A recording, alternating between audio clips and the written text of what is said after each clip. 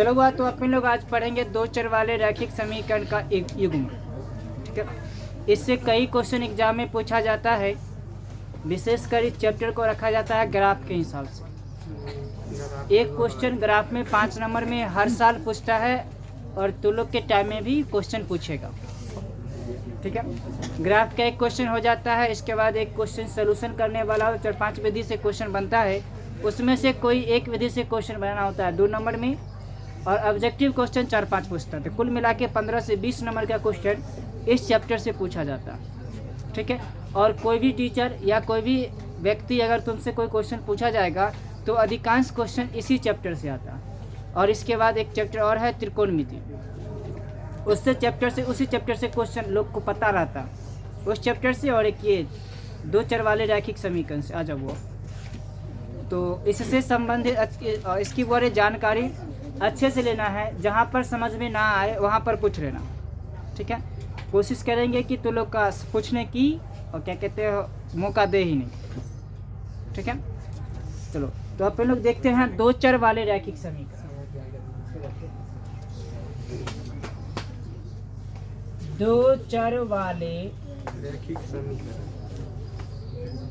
रैखिक समीकरण का युग्म। दो चर वाले रैखिक समीकरण का युग्म। अब वो अपन लोग समझते हैं राइट से लेफ्ट की ओर। ठीक है, युग्म का मतलब होता है जोड़ा। युग्म का मतलब होता है जोड़ा। कहने का अर्थ ये हुआ कि ये तब जब बात करेगा जब ये दूगो होगा, एगो पर ये काम नहीं करेगा। एगो पर काम वो 9th क्लास में अपन लोग पढ़े थे, दो चर वाले समीकरण, दो चर वाले रैखिक समीकरण 9th क्लास में, जिसमें कि हम ग्राफ बनाए थे। नहीं, और यहाँ पर भी दो चर है लेकिन किस में, जोड़ा में। ठीक है, तो जोड़ा होगा। समीकरण के बारे में अपन लोग अभी देखते हैं, 9th क्लास में पढ़े थे अच्छे से समीकरण के बारे में। रैखिक, रैखिक मतलब कि घात कितना होगा, एक। रैखिक बहुपद पढ़े है ना, वह बहुपद जिसमें उपस्थित चर राशि का अधिकतम घात कितना, एक होता है, रैखिक बहुपद कहलाता है, यही ना। अब यहाँ पर समीकरण है तो समीकरण को अभी तुरंत पढ़ते हैं, लेकिन उसका घात कितना होना चाहिए, एक। अब यहाँ वाले को छाड़ देते हैं, कितना, चर। चर क्या को चाहिए बुआ, दो। मतलब युग्म होगा, समीकरण होगी, घात कितना होगा, एक होगा, चर क्या को होगा, दो होगा। तो बारे दो चर वाले रैखिक समीकरण डायरेक्ट नहीं पहुंचेंगे, सीधी बाई सीधी पहुंचेंगे। पहले समीकरण जानेंगे, फिर समीकरण का प्रकार जानेंगे। समीकरण का प्रकार हुआ होता है कि एगो रैखिक समीकरण हो गया, द्विघात समीकरण हो गया, त्रिघात समीकरण हो गया। नहीं, तब रैखिक समीकरण के बारे में जानेंगे। रैखिक समीकरण क्या है, तो जैगो चर दे दो उसमें, एक चर वाला रैखिक समीकरण, दो चर वाला रैखिक समीकरण, तीन चर वाला रैखिक समीकरण, चार चर वाला रैखिक समीकरण, और मिलने अपने लोग को आ जाएगा अपने चैप्टर का नाम दो चर वाले रैखिक समीकरण। फिर दो चर वाले रैखिक समीकरण में देखेंगे वो सिंगल रैखिक समीकरण होगा, जिसमें एक चर वाले रैखिक समीकरण जिसमें कोई युग्म नहीं, और फिर दूसरा दो चर वाले रैखिक समीकरण का युग्म बना के देखेंगे, और तब अपने लोग को चैप्टर स्टार्ट करेंगे। ठीक है, चलो तो सबसे पहले तो अपन युग्म के बारे में समझ में आ गया। युग्म का मतलब जोड़ा, जब भी बात करेगा किसके साथ, जोड़ा के साथ। ठीक है, इसके बाद देखते हैं समीकरण। समीकरण होता क्या, 9th क्लास में पढ़े थे, अभी भी पढ़ते हैं, और ये केमिस्ट्री में भी पढ़ना है। केमिस्ट्री में पढ़ना है, जिसमें समीकरण को संतुलित करना सर जी सिखाएंगे। ठीक है, पहले चैप्टर में है समीकरण को संतुलित करें। अब संतुलित करने वाला 9th क्लास में जो पढ़े थे वो तो उसका सिंबल दिया था, नहीं, लेकिन अब सिंबल नहीं, भाषा दे रहेगा, तब उसका आप लोग को संकेताक्षर में लिखना है, मतलब अनुसूत्र में लिखना है, और तब उसे संतुलित करना। नहीं, जैसे कि इधर लिख देगा क्या, H hydrogen plus oxygen, hydrogen plus oxygen बराबर जल लिख देगा। क्या लिख देगा, जल। इतना लिख दिया, सिंपल सा है। तो फिर हाइड्रोजन का फॉर्मूला लेंगे, ऑक्सीजन का फॉर्मूला लेंगे, तब मिला के बनाएंगे H2O। नहीं, तो पहले भाषा लिख देगा, तब उसको समीकरण में बदलना है, अब बदल के तब उसको क्या करना है, संतुलित करना। ऐसे वाली बात होगी। लेकिन अब 9वीं क्लास में क्या था कि डायरेक्ट समीकरण लिख दिया गया था और उसको संतुलित कर लेते थे। संतुलित मतलब क्या, बराबर कर लेते, अनुभार क्या हो, बराबर। तो मैथ में भी ऐसा नहीं है, दो गो राशि होगा जिसको आपस में समान करना, दो राशि जिसको आपस में समान करना होता है तो उसी को क्या कहते हैं, समीकरण। सपोज करो कि यहाँ पर x है, इसको समान कर लिए 6 से, तो x का मान कितने हो गया 6। एगो चर राशि या एक अचर राशि, मतलब कि दो राशि को आपस में तुलना करने की विधि, दो राशि को आपस में तुलना या समान कर सकते, दो राशि को आपस में समान अथवा तुलना करने की विधि को समीकरण कहते हैं। कोई दिक्कत? दो राशि को आपस में तुलना या समान करने की विधि को क्या कहते हैं, समीकरण कहते हैं। कोई दिक्कत नहीं। चलो तो समीकरण लिखकर डाल देना और लिखना तो सभी लोग।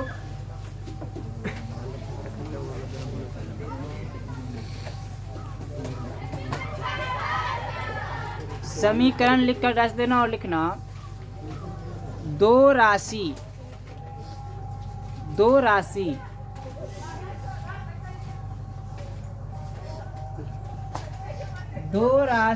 को आपस में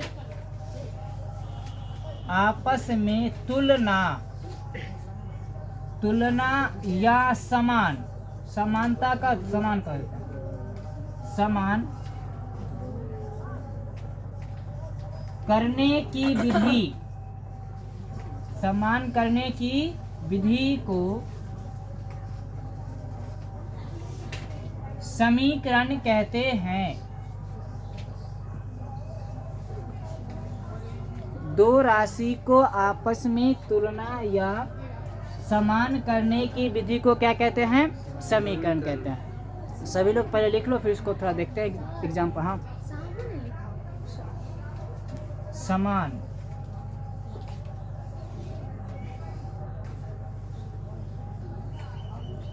दो राशि को आपस में तुलना या समान करने की विधि को क्या कहते हैं, वो समीकरण कहते हैं।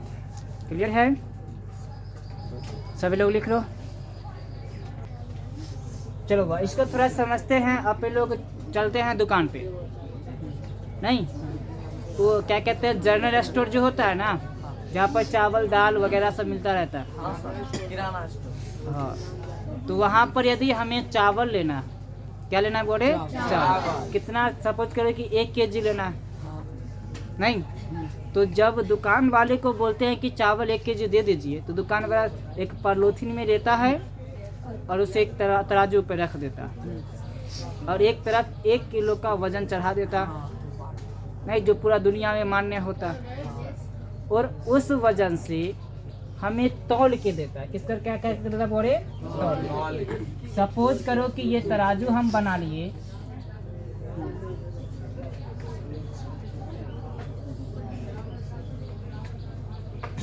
इधर 1 kg चढ़ा दिए बुआ, इधर बुआ चावल चढ़ा दिए, क्या चढ़ा दिए, और ये चावल हमें कब देगा, वो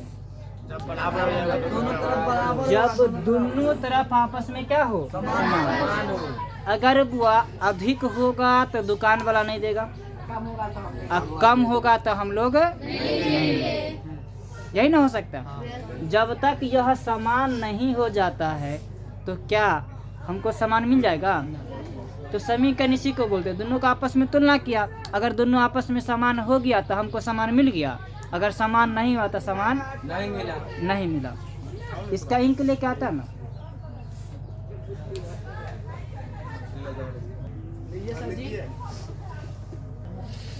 चलो देखते हैं आगे। लिखना बोल रहे समीकरण का प्रकार, समीकरण का प्रकार। चलो देखते हैं बोले समीकरण का प्रकार। लिखना हुआ 1 नंबर में रैखिक समीकरण, 1 नंबर में लिखना रैखिक समीकरण, रैखिक समीकरण। 2 नंबर में लिखेगा द्विघात समीकरण, द्विघात समीकरण। 3 नंबर में लिखेगा त्रिघात समीकरण।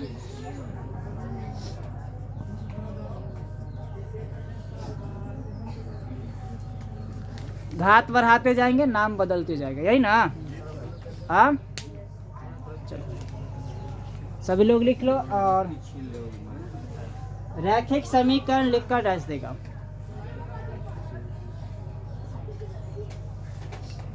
रैखिक समीकरण डैश दे दिए हो, दे दिए हो। चलो लिखना हुआ रैखिक समीकरण में वह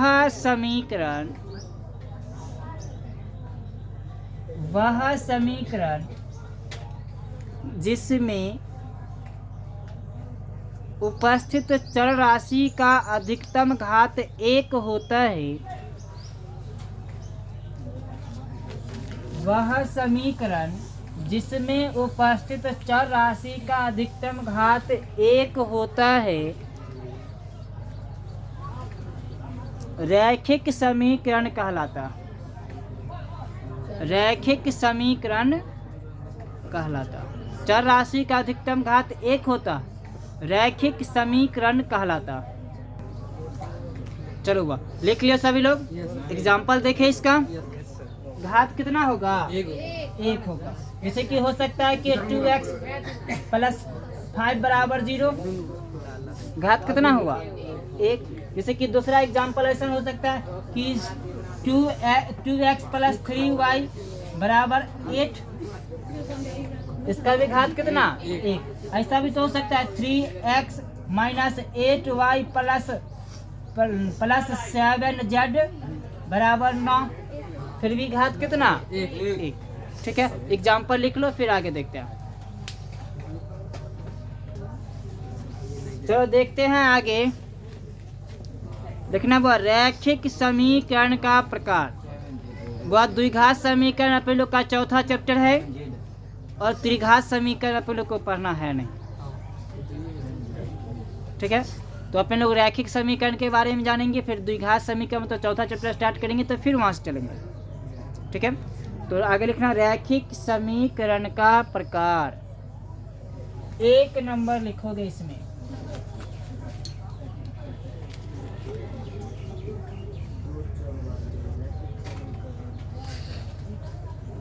एक चर वाले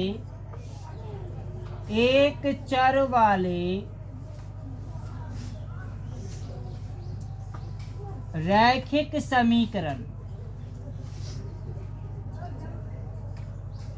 दूसरा, 2 चर वाले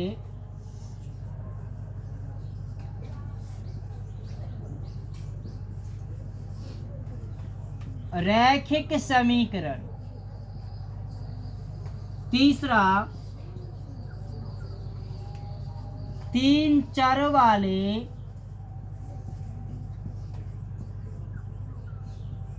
रैखिक समीकरण। तीनों लिख लो बुआ। 1 चर वाले रैखिक समीकरण, 2 चर वाले रैखिक समीकरण, 3 चर वाले रैखिक समीकरण। अगर चर की संख्या बढ़ाएंगे 4 करेंगे तो 4 चर वाले रैखिक समीकरण। 5 को करेंगे तो 5 चर वाले रैखिक समीकरण। ठीक है, चलो इतना लिख लिया हो तो 1 चर वाले रैखिक समीकरण लिखकर डैश देना सभी लोग। 1 चर वाले रैखिक समीकरण। एग्जाम में भी क्वेश्चन पूछा जाता है कि निम्नलिखित में से 1 चर वाले रैखिक समीकरण कौन है। ठीक है, हो गया। हाँ,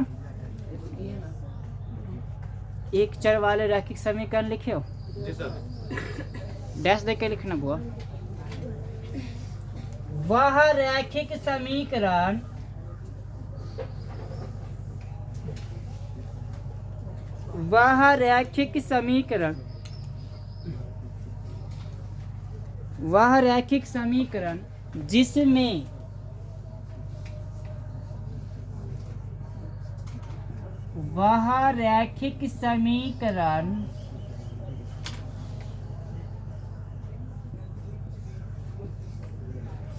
जिसमें केवल क्या गोचर होगा बुआ? केवल 1 चर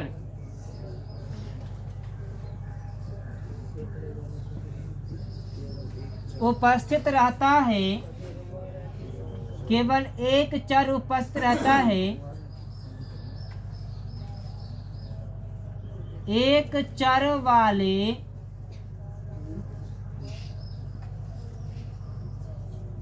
रैखिक समीकरण, एक चर वाले रैखिक समीकरण कहलाता है। इसका पहले एग्जाम्पल लिख लेते हैं, फिर आगे देखते हैं बुआ। 2a प्लस 6 बराबर 9 etc। और सारा एग्जाम्पल होगा इसका, सभी लोग लिख लो। चलो बड़े नोट लिखना इसका नोट किसका हुआ? दो चर वाले रैखिक समीकरण का, नहीं एक चर वाले रैखिक समीकरण का लिखना। इसका मानक रूप, इसका मानक रूप, इसका मानक रूप, इसका मानक रूप ax प्लस b बराबर 0 होता है,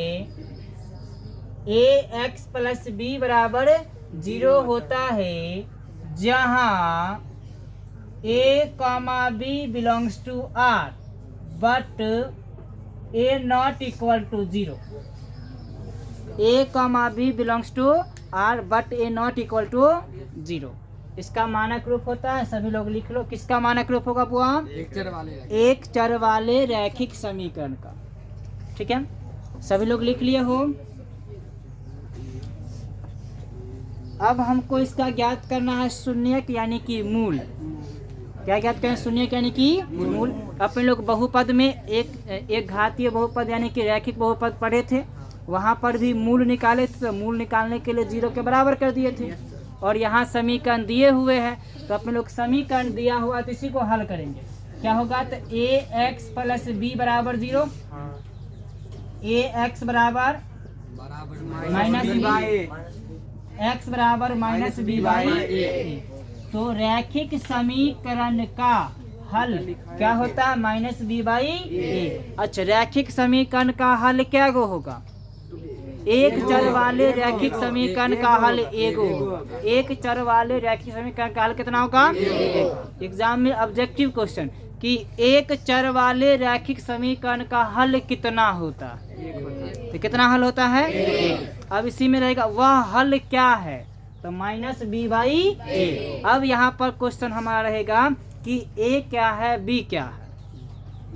तो a हमारा है चर राशि का गुणांक, a क्या है? चर राशि का गुणांक, और b अचर राशि। b क्या है? अचर राशि। अब a और b जो होगा वह कोई ना कोई वास्तविक संख्या होगा। रूट में भी आ सकता है, बट्टा में भी आ सकता है, दशमलव में भी आ सकता है। a और b कोई क्या होगा?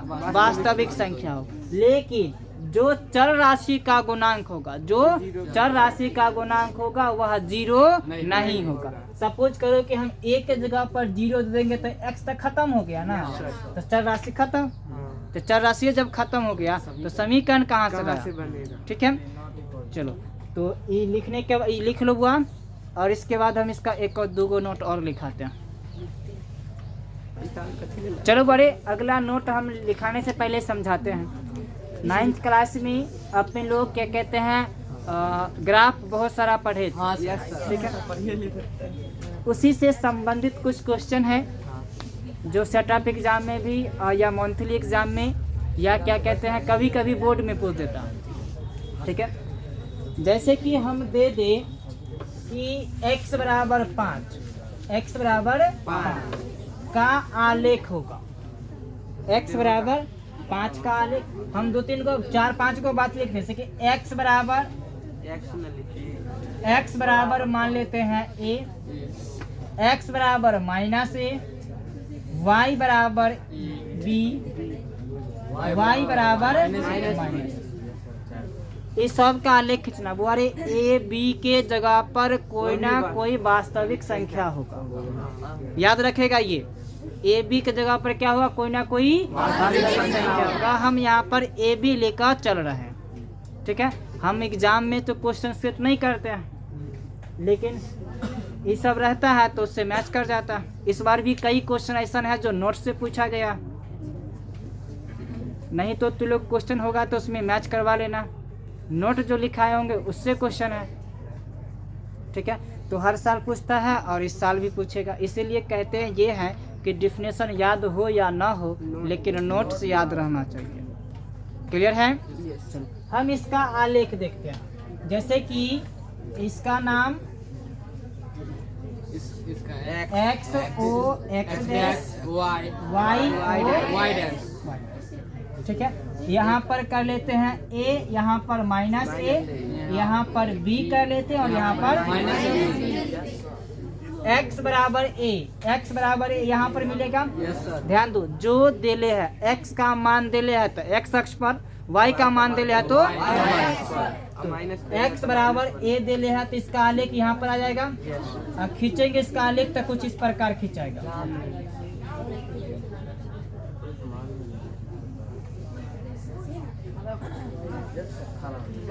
ये आलेख है बुआरे x बराबर ए का।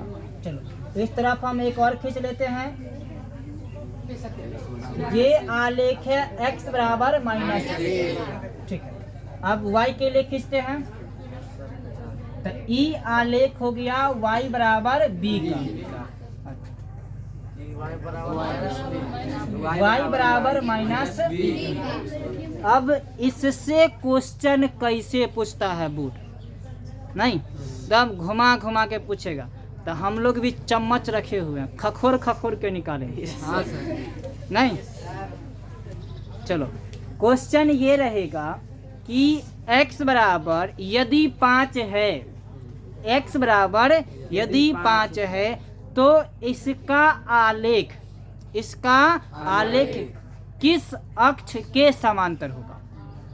तो y बराबर हम 5 लिए हैं, तो मतलब कि x बराबर 5 लिए हैं तो x बराबर a, तो x बराबर a का आलेख देखना कुछ इस प्रकार का है, जो किसके समांतर, y अक्ष के समांतर है। x बराबर a का आलेख कैसा, y अक्ष के समांतर। इसी में दूसरा टाइप का क्वेश्चन पूछा जाएगा कि x बराबर a है, एक जगह पर कोई संख्या x बराबर a है, तो बताइए कि यह y अक्ष के किस दिशा में होगा। तो y x अक्ष मतलब x बराबर a का आलेख ये, y अक्ष ये, तो ई y अक्ष है तो ये y अक्ष का दाहिना साइड मतलब राइट हैंड, इधर हुआ लेफ्ट हैंड माया साइड, मतलब कि ऑप्शन रहेगा कि बायां और दाहिना और ऊपर नीचे। कौन सा ऑप्शन सही होगा, दाहिनी ओर। क्या होगा, अगर इसी, चलो बड़े, अगर y x बराबर a दिया, x बराबर माइनस a दिया, क्या दिया बोले, माइनस a दिया, तब पूछेगा कि इसका आलेख किस अक्ष के समांतर होगा, y अक्ष के समांतर। समांतर हम पूछ रहे हैं, किस अक्ष के समांतर होगा, y अक्ष के समांतर। इसी में बोलेगा कि y अक्ष के किस दिशा में होगा, लेफ्ट में ना, y अक्ष की दिशा में लेफ्ट। ये y अक्ष x बराबर माइनस है और किस साइड में, लेफ्ट साइड। कोई दिक्कत? अब हम क्वेश्चन थोड़ा सा घुमाते हैं,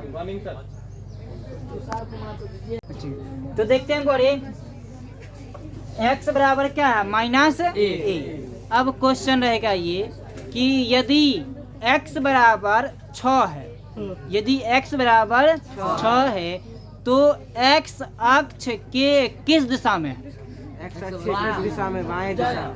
x बराबर 6 इधर होगा, x अक्ष ऐसे है, तो x अक्ष के दोनों ओर है, ठीक है, x अक्ष के दोनों ओर। ऐसे क्वेश्चन में ऑप्शन देगा कि ऊपर की ओर, नीचे की ओर, a b दोनों, इनमें से कोई नहीं।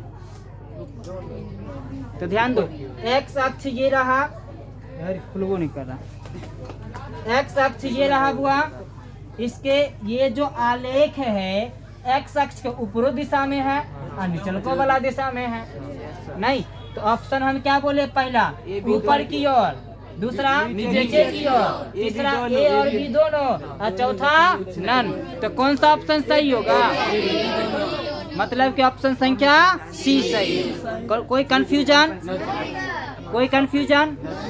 एग्जाम में जो एक क्वेश्चन पूछा था, एग्जाम में एक क्वेश्चन पूछा, ध्यान देना। अच्छा चलो ध्यान दो, इधर बातचीत नहीं। अच्छा, इस बिंदु का निर्देशांक कितने होगा? 1,0 1,0 नहीं, 1,0 होगा। अच्छा, इसका निर्देशांक -1, इसका निर्देशांक -1, इसका निर्देशांक। एग्जाम में जो क्वेश्चन पूछा था इस बार एग्जाम में कि x बराबर 3 y बराबर 5 के कटान बिंदु है।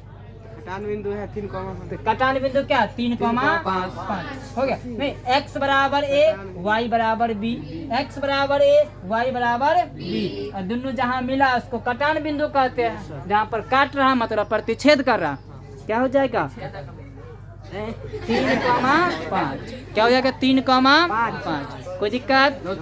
चलो, तो हम इसका नोट ये लिखाएंगे।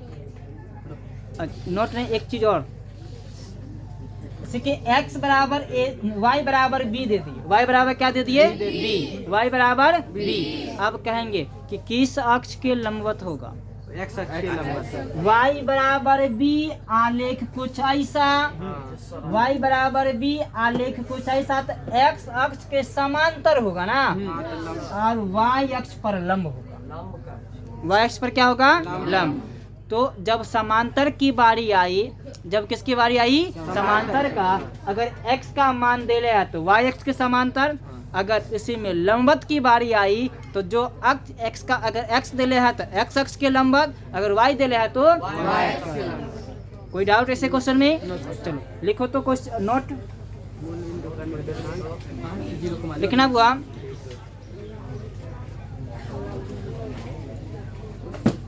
रैखिक समीकरण का आलेख, रैखिक समीकरण का आलेख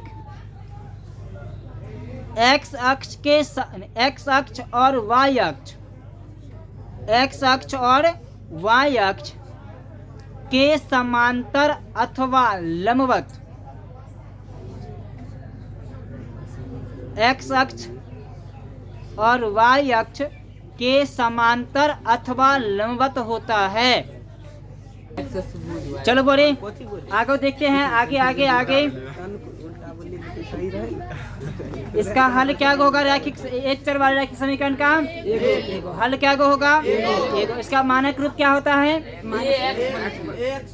ax प्लस b बराबर 0। इसी में ax प्लस b बोल देंगे तो रैखिक बहुपद हो गया। वो क्या हो गया? रैखिक बहुपद। इसी में ax प्लस b बराबर 0 कर दिए तो क्या कहलाया? समीकरण, एक चर वाले रैखिक समीकरण।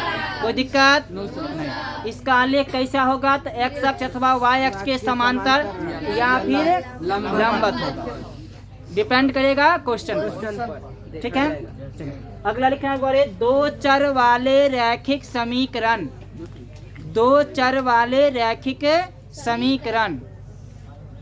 सभी लोग लिख कर डैश देना।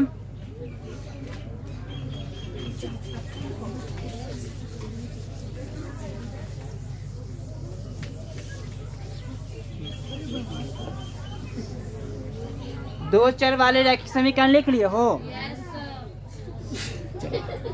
इसमें क्या गोचर होगा बुआ?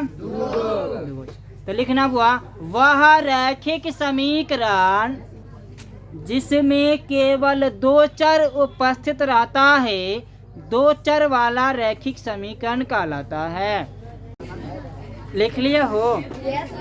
वह रैखिक समीकरण जिसमें उपस्थित चर राशि का अधिकतम चर राशि, अधिकतम चर राशि, दो को चर राशि होगा ना? हाँ, इसका एग्जाम्पल वो लिखना। एग्जाम्पल है कि 2x प्लस 3y बराबर 8। अच्छा एग्जाम्पल कुछ भी, एग्जाम्पल जिसमें दूगो चर हो,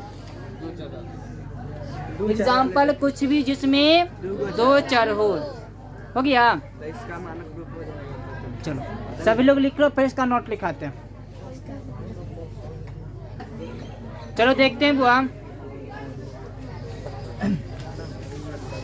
नोट करके लिखना। इसका मानक रूप, इसका मानक रूप